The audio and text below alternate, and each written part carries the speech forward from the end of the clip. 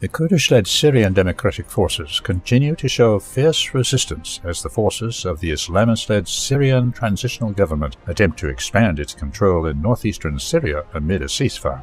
After taking over most of Raqqa and Deir ez-Zor and reducing SDF control to the east of the Euphrates River to a pocket around the town of Kobani in the eastern Aleppo countryside and half of El Hasaka in a lightning offensive, the STG on January 20th announced a 4-day ceasefire as a part of an agreement with the group to implement a merger agreement reached earlier. Clashes ceased after the announcement, and the next day, the United States Military Central Command launched an operation to transfer up to 7,000 ISIS detainees from northeastern Syria to Iraq. On January 23rd, Syria's Interior Ministry announced that it had taken over El Aktan prison in the northeastern outskirts of the city of Raqqa.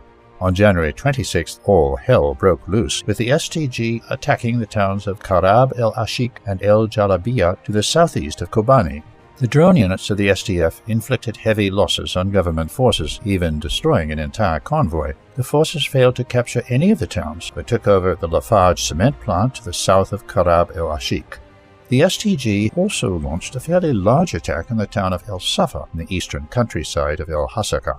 SDF fighters put on fierce resistance there, but eventually lost the town to government forces. As these battles were taking place, the Russian military withdrew some troops and equipment from Kamishli International Airport and nearby posts in the northern El Hasaka countryside.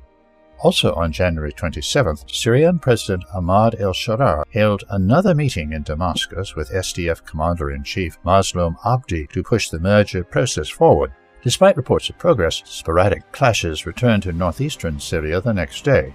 All in all, trust is still absent between the STG and the SDF. The latter has clearly taken the decision to fight until the end. While government forces advance rapidly in Raqqa and Deir ez-Zor, the situation in Kobani and El Hasaka is very different. Any decision by the government to take over these areas by force will likely cause a massacre.